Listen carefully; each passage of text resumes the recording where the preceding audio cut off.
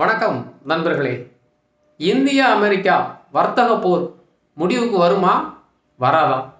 இந்த தினத்தந்தியில் கன்னித்தீவுன்னு தொடர்கதை. நான் சின்ன பிள்ளையா இருந்து பார்த்துக்கிட்டு இருக்கேன். அதுக்கு முன்னாடியிருந்து வருதுன்னு சொல்கிறாங்க. சிந்து பார்த்து தொடர்கதைன்னு. அது முடியுமா முடியாதான்னு கூட தெரியாது. அது இழுத்துக்கிட்டே போகும்.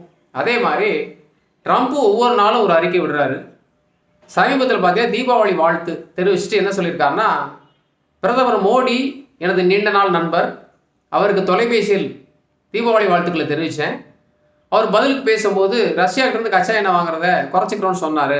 வர்த்தகம் தொடர்பாக நிறைய பேசணும் அப்படின்னு சொல்லியிருக்கார்.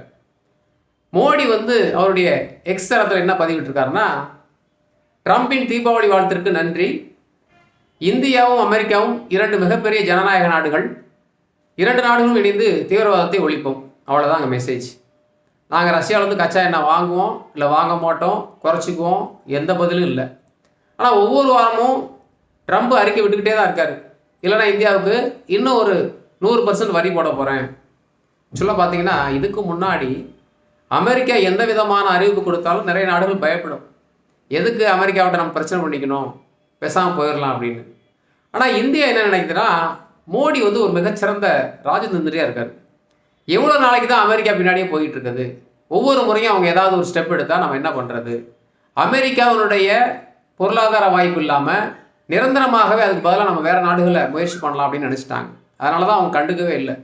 ஏன்னா இன்னைக்கு சரின்னு போனால் திரும்ப கொஞ்ச நாள் வச்சு வேற ஒரு பிரச்சனையில் இதே மாதிரி ட்ரம்ப் ஏதாவது ஒரு கதை எடுக்க தான் செய்வார். அதுக்கு பதிலாக அமெரிக்காவினுடைய பொருளாதார இழப்பை சரி செய்வதற்கு வேறு சில நாடுகள் நம்ம முயற்சி எடுத்தா என்ன நினைக்கிறாங்க. அதனால தான் இந்த பிரச்சனை எடுத்துகிட்டே போகுதுன்னு நினைக்கிறேன். இப்போ நவம்பர் 1 சீனாவுக்கு பார்த்தீங்கன்னா 100% வரின்னு சொல்லி ட்ரம்ப் அறிவிச்சிருக்காரு. ஏற்கனவே சீனா மேலே 145% வரி போட்டப்போ சீனா பதிலுக்கு வரி போட்டாங்க. அவங்க பயப்படலை. நீ எவ்வளோனா போட்டுக்க, உன் பொருள் மேலே நான் போடுவேன்னு சொன்னாங்க. அதே மாதிரி தான் பார்த்தீங்கன்னா இப்போ இந்தியா சட்டையே பண்ணலை. அமெரிக்கா ஒரு பக்கம் கத்திக்கிட்டே இருக்கார் ட்ரம்ப்பு, மோடி மௌனமாகவே இருக்கார். இது எப்போ முடிவுக்கு வரும்னு நமக்கும் தெரிய மாட்டேங்குது. பார்க்கலாம், அடுத்த பதில் சந்திப்போம். நன்றி.